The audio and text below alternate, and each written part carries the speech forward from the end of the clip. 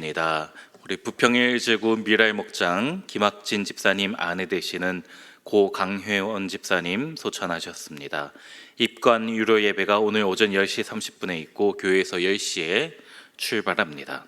전국 환송 예배는 내일 오전 7시 30분에 있고 교회에서 7시에 출발하겠습니다. 빈소는 인천 사랑병원 장례식장이고 담당은 부평일제구 강길재 전도사님이십니다. 오늘도 우리를 끝까지 사랑하시는 주님 품 안에서 참된 평안과 기쁨 누리시는 우리 모든 성도님들 되시기를 주의 이름으로 축원합니다. 계속해서 아모스서의 말씀을 살펴보고 있는데 하나님의 백성인 이스라엘, 특별히 북이스라엘을 심판하는 말씀이다 라고 하였지요. 그런데 우리가 성경을 살펴볼 때 특별히 주격과 서술격이 무엇인지 아는 것이 중요합니다. 1절 보면 이스라엘 자손들아 여호와께서 너희에 대하여 이르시는 이 말씀을 들으라. 애굽 땅에서 인도하여 올리신 모든 족속에 대하여 이르시기를. 여기서 이 말씀에서 가운데 꾸미는 문장의 단어들을 생략하면 이스라엘아 들으라 라는 말씀이 나오지요. 이스라엘아 들으라. 이 이스라엘아 들으라는 성경에서 너무나 중요한 표현 중에 하나입니다. 신명기 6장 4절과 5절에 일명 쉐마라는 말씀이 나오지요. 이스라엘아 들으라. 우리 하나님 여호와는 오직 유일한 여호와이시니 너는 마음을 다하고 뜻을 다하고 힘을 다하여 내 하나님 여호와를 사랑하라. 이스라엘아 들으라. 쉐마 이스라엘은 하나님의 언약과 관련된 말씀입니다. 오늘 본문 1절에서 하나님께서 이스라엘에게 너희와 내가 맺은 언약을 다시 한번 상기해 보라 라는 말씀을 하시는 거예요. 1절에서 무엇을 들으라고 하시냐면 너희에 대하여 이르시는 이 말씀을 들으라. 또 1절 하반절에도 애굽 땅에서 인도하여 올리신 모든 족속에 대하여 이르시기를. 여기 1절에 대하여라는 단어가 2번 나오고 있는데 이 대하여가 치다라는 단어로 해석될 수도 있습니다. 그래서 우리가 지금 보고 있는 개역 개정 성경 이전에 우리가 개역 한글 성경 사용했던 개역 한글 성경을 보면 이 1절 말씀을 이렇게 번역하였습니다. 이스라엘 자손들아 여호와께서 너희를 쳐서 이르시는 이 말씀을 들으라. 애굽 땅에서 인도하여 올리신 온 족속을 쳐서 이르시기를. 하나님께서 이스라엘을 지금 치고 계신다, 채찍질하고 계신다 라는 말씀을 하고 있는 것이에요. 우리가 먼저 생각해야 되는 것이 애굽 땅에서 인도하여 주신 하나님이란 표현이 나오는데 우리가 하나님의 은혜를 기억하고 있는가? 내가 하나님의 구원받은 백성인 것을 깨닫고 있는 것인가? 그것을 먼저 상기해 보라 라는 말씀을 하고 계시는 것이지요. 영원히 고통받고 있는 죄 종으로 살아가고 있는 애굽의 백성들을 구원하여 주셔서 참된 이스라엘 하나님 백성 삼아 주셨는데 그때 받았던 은혜가 여전히 우리 마음속에 감동으로 감격 가운데 살아가고 있는 것인가 살펴보라는 것이지요. 여기 지식적으로만 알지 주님께 사랑받은 존재다라는 것을 우리가 머리로는 알고 있지만 또 예배의 자리에 나오지만 항상 그 감격 가운데 살아야 된다라는 표현이기도 합니다. 계속해서 죄를 짓고 주님 마음을 아프게 하고 있는 우리에게 먼저 살펴볼 것이 애굽 땅에서 올려주신 백성이다. 우리의 정체성을 깨달아야 된다라는 것이지요. 어제 본문 2장에서 북이스라엘의 죄를 하나님께서 지적하시면서 하나님께 죄 지은 것이 나오지 않고 가난한 사람, 연약한 사람을 괴롭히는 장면들이 많이 나왔지요. 그런 연약한 자를 힘들게 하는 것이 하나님께 죄 짓는 것이다 라고 말씀하셨지 않습니까? 그랬던 그런 죄의 근본 원인 역시 우리가 하나님의 사랑에 대한 하나님의 은혜에 대한 감격을 잃어버리지 않았는가? 그 은혜 의식을 회복해야 된다라는 말씀을 하는 것입니다. 그러므로 우리가 하나님을 사랑하는 마음, 그 마음을 가지고 우리가 세상에 그 사랑을 가지고 살아가야 될 줄로 믿습니다. 3절부터 7절까지 또 여러 가지 비유의 말씀이 나오는데 비유라서 또 해석이 조금 어렵습니다. 3절에 두 사람이 뜻이 같지 않은데 어찌 동행하겠으며, 하나님은 은혜와 사랑을 우리에게 베푸시는데 그렇게 우리와 동행하고 싶어 하시는데 우리는 죄를 지으면서 하나님과 동행을 거부하고 있다라는 말씀이에요. 4절에는 사자가 움킨 것이 없는데 어찌 숲풀에서 부르짖겠으며, 젊은 사자가 잡은 것이 없는데 어찌 굴에서 소리를 내겠느냐. 사자로 비유하고 계시는 것이죠. 이 사자가 과연 무엇인가? 8절에 사자가 부르짖은즉 누가 두려워하지 아니하겠느냐. 주 여호와께서 말씀하신즉 누가 예언하지 아니하겠느냐. 여기 사자가 부르짖는 것이 하나님이 말씀하시는 것과 같다라는 표현이지요. 즉 이 4절에서 사자가 먹이를 보면서 부르짖는, 울부짖는 것처럼 하나님도 이스라엘의 우리의 죄를 보면서 울부짖고 계신다라는 말씀입니다. 하나님께서 울부짖을 수밖에 없다 표현하는 거예요. 5절에 덫을 땅에 놓지 않았는데 새가 잡히겠느냐. 당연히 그럴 수 없다라는 것이죠. 6절에도 성읍에서 나팔이 울리는데 두려워하지 않겠느냐. 당연한 이야기다. 이 3절부터 6절까지 7가지의 비유가 나오는데 모두 다 당연하다. 그런 원인이 있기 때문에 결과가 나타날 수밖에 없다라는 것이죠. 결론적으로 6절에 내가 너희에게 당연히 심판할 수밖에 없는 상황이다 말씀하는 거예요.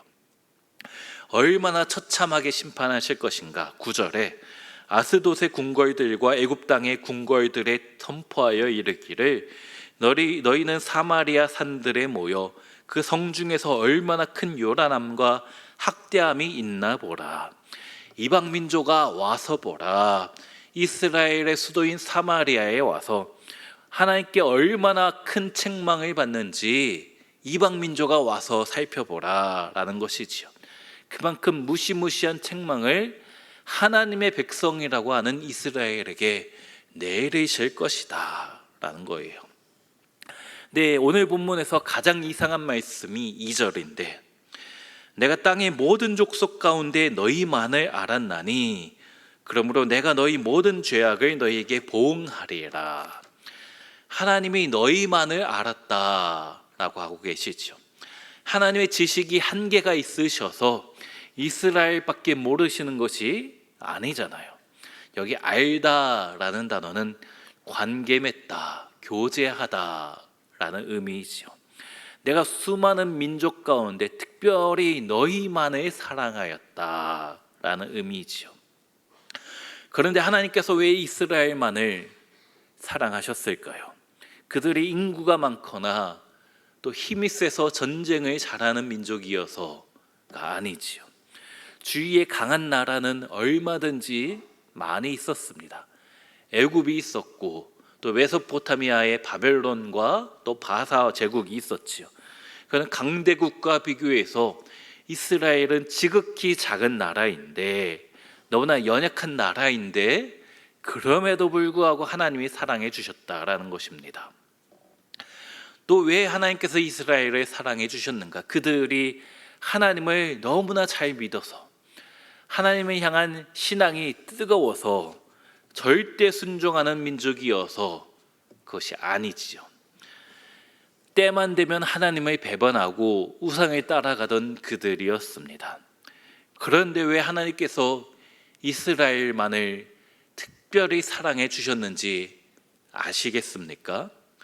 저는 모르겠어요. 도저히 이해가 되지 않습니다. 우리도 마찬가지이지요. 하나님께서 왜 나를 사랑해 주시고 왜 나를 구원해 주셨는지, 지금까지 나에게 이런 은혜를 베풀어 주셨는지 우리는 도저히 이해가 되지 않는 것입니다. 아무리 생각해봐도 주님의 은혜와 주님의 사랑을 받을 만한 자격이 없는 우리이지 않습니까? 그런데도 주님은 우리를 특별히 사랑해 주시는 분인 줄로 믿습니다. 네, 더 이상한 말씀이 2절 하반절에 나와요. 1절, 2절에 내가 땅의 모든 족속 가운데 너희만을 알았나니 그러므로 내가 너희 모든 죄악을 너희에게 보응하리라.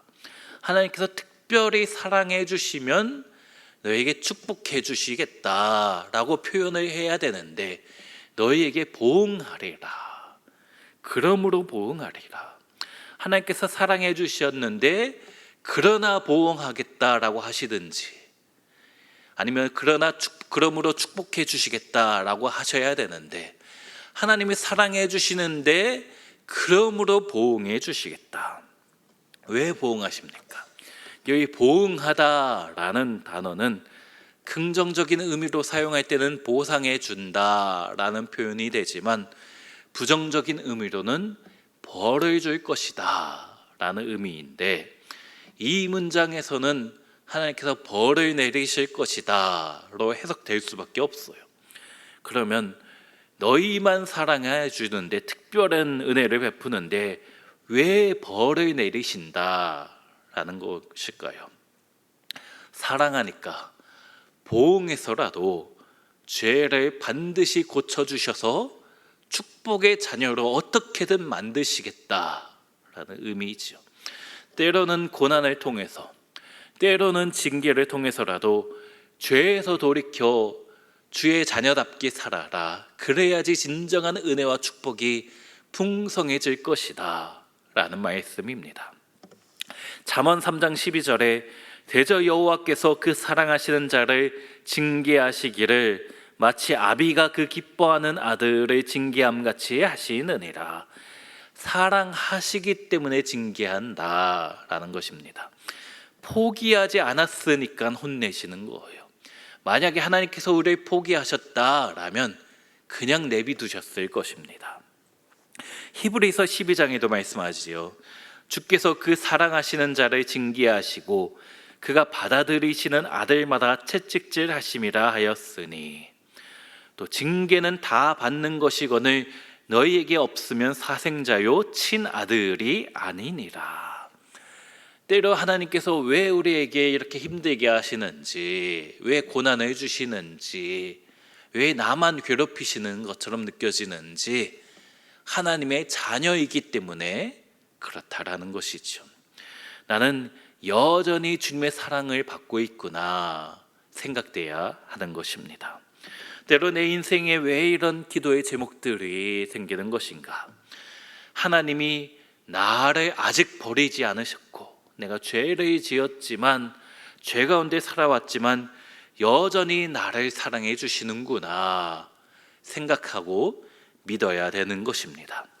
어떻게든 우리를 고치시고 축복의 자녀로, 약속의 자녀로 만들어 가시는 하나님을 끝까지 신뢰해야 될 줄로 믿습니다. 그렇게 주님 손 안에 우리가 여전히 있음을 고백하며, 때로 주님의 마음을 아프게 했던 우리의 죄가 있지는 않았는지 생각해 보면서 오늘 하루도 주님 앞에서 주님의 기쁨의 자녀로 살아가시는 우리 온 세계 교회 모든 성도님들이 되시기를 주의 이름으로 축원합니다. 기도합니다. 사랑과 은혜가 충만하신 하나님, 오늘도 우리가 주님 앞에 부족하지만 너무나 부끄러운 모습이지만, 그러나 이 모습 이대로 주님 앞에 나와왔사오니 주의 넓으신 품 안에 안아주시고 우리를 품어 주시옵소서. 하나님, 이스라엘 백성이 주님 앞에 너무나 많은 죄를 지어서 당연히 심판할 수밖에 없음을 살펴보았습니다. 그러나 주님, 이 심판이, 이 징계가, 때로 고난이 하나님께서 여전히 우리를 사랑하신다라는 또 다른 증거가 됨을 우리가 살펴보았습니다. 하나님, 우리 인생 가운데 답답한 현실이 있다 할지라도, 때로 괴로운 우리 인생이 있다 할지라도, 이것이 주님께서 사랑하시는 자녀에게 드시는 인생의 채찍임을 생각하게 하여 주시옵소서.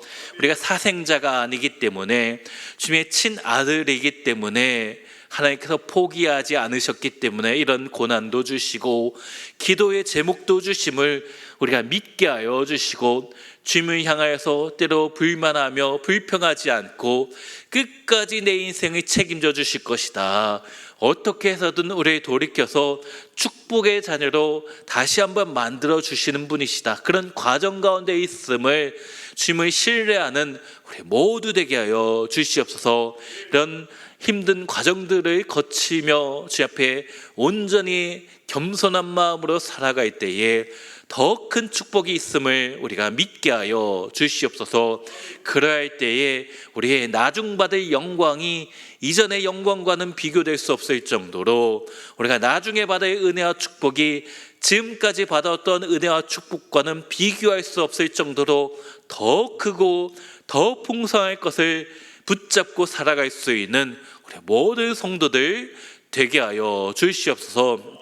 저는 이 시간 주의 은혜를 바라보며 은혜의 보좌 앞에 나온 우리 성도님들이 있습니다. 답답한 현실 가운데 기도하며 주님만 붙잡고 나아갈 때에 우리의 모든 기도의 제목들 들어 응답하여 주시옵소서. 질병 때문에 너무나 힘들고 침상에 누워서 주님의 은혜만을 붙잡으며 살아갑니다. 하나님, 주님 옷자락만을 잡고자 부르짖는 우리 그 여인의 기도와 같은 우리의 마음을 주님께서 헤아려 주시고 우리를 돌아보아 주시고 은혜 내려 주시옵소서. 그래서 강건함을, 육체의 강건함과 우리의 마음의 강건함과 우리 영혼의 튼튼함을 경험할 수 있는 우리 모든 성도들 되게 하여 주시옵소서. 우리 온세계교회에 나와 기도할 때마다, 우리 온세계교회 이 성전을 향하여 기도할 때마다 주님께서 그곳 가운데 함께하여 주시고 응답하시는 하늘의 문이 활짝 열려 은혜의 소낙비가 우리 마음밭에, 우리 가정 가운데 날마다 풍성히 내리는 그 축복 허락하여 주시옵소서. 그런 역사가 나타나는 간증이 날마다 넘치는 우리 교회 되게 하여 주시옵소서. 우리 교회를 위하여 수고하시는 사랑하는 담임 목사님, 날마다 성령 충만한 가운데 기름 부어주시고 맡겨주실 사명 감당함으로써 하나님을 기쁘시게 하며 주 앞에 날마다 영광 돌리는 우리 목사님 되게 하여 주시옵소서. 특별히 오늘은 북의 이지구를 중심으로 경로일회를 떠나는 날입니다. 우리 어르신들 오는 길 가는 길 주님께서 눈동자와 같이 지켜보아여 주시고 그 모든 일정 가운데 주님께서 동행하여 주시며 그곳 가운데 우리 성도님들과 대화하며 같이 걸어가는 그 현장 가운데 주님 기쁘시게 함으로 천국을 누릴 수 있는 우리 성도님들 되게 하여 주시옵소서. 오늘도 이 예배를 드리며 각자의 삶의 자리에 돌아가서 하루를 열심히 충성되이 살아가는 우리 모든 성도님들과 함께하여 주실 줄로 믿사오며 우리 사랑하시는 예수님의 이름으로 기도하옵나이다. 아멘.